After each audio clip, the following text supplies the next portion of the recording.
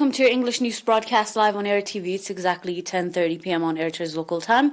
From our headquarters at Asmara with your domestic and international news in brief, I'm Zahra Badouri. But first, we'll begin with your exclusives for this broadcast. On your domestic International Women's Day celebration, microcredit and saving program. On your international, on updates on Turkey and Syria's earthquake hit Turkey and Syria, leaving more dead. And updates on French crunch week for Macron as French Parliament debates pension. Welcome to your domestic in brief. The National Union of Eritrean Women branch in the northern Red Sea region have celebrated 8 March, International Women's Day, with members of Eritrean Defense Force.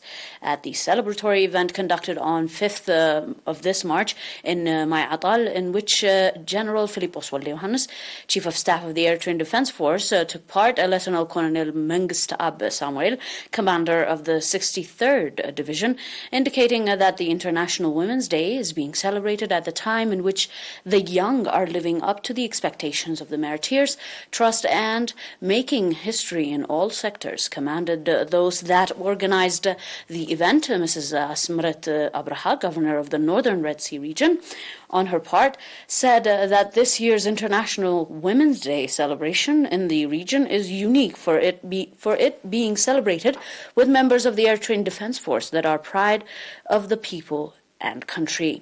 Mrs. Jim'a Raki, head of the National Union of Eritrean Women branch in the region, on her part, said that the International Women's Day celebration is a reminder for shouldering responsibility for transferring the shining history of the Eritrean women in the armed struggle for independence and safeguarding the national sovereignty, as well as participation in the national development drives.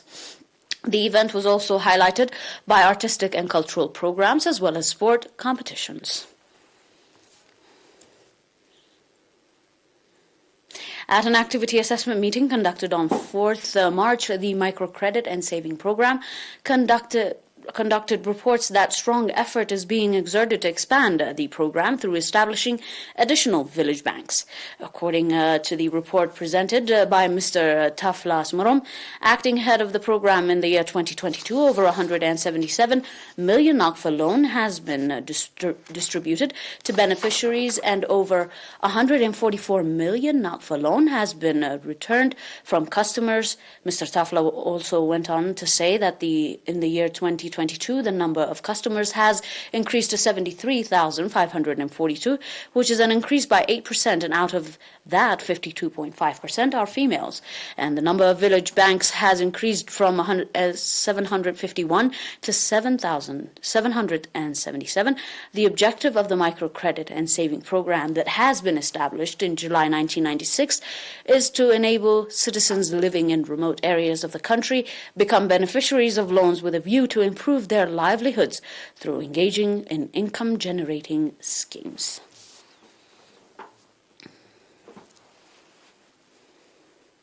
Stay tuned for more on your international updates after this.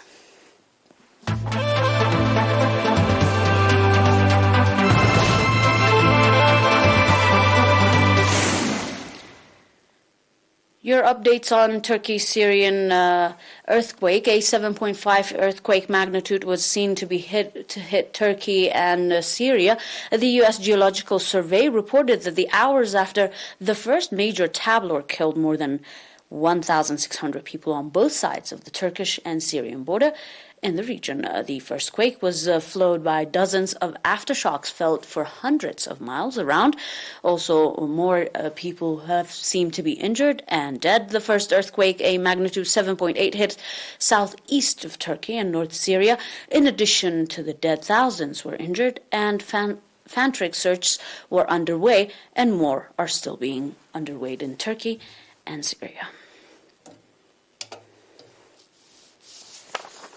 On a French report, French President Emmanuel Macron's government faced a crunch week of defending its contested pension reform, with free work expected in Parliament and mass strikes and demonstrations planned on the streets.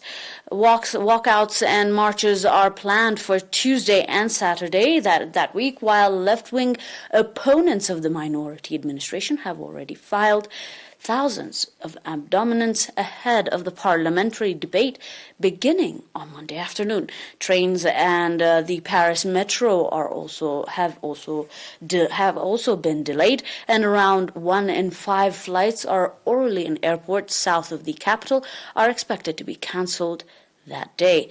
More of these strikes have brought different kinds of accusations within their reform. As well, Macron's plan to rise the age of retirement is a flagship policy of his second term in office.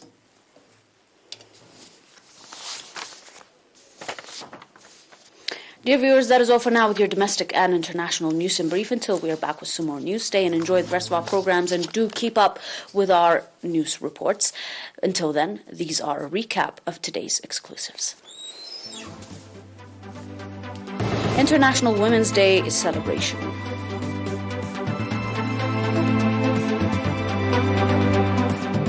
Microcredit and saving program on your domestic reports. Your international.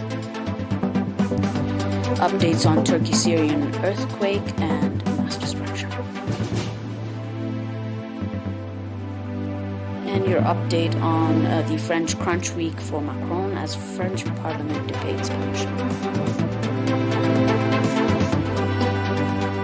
That is all for now from our headquarters here on ERi-TV. Bye-bye for now. Stay tuned for more for your reports.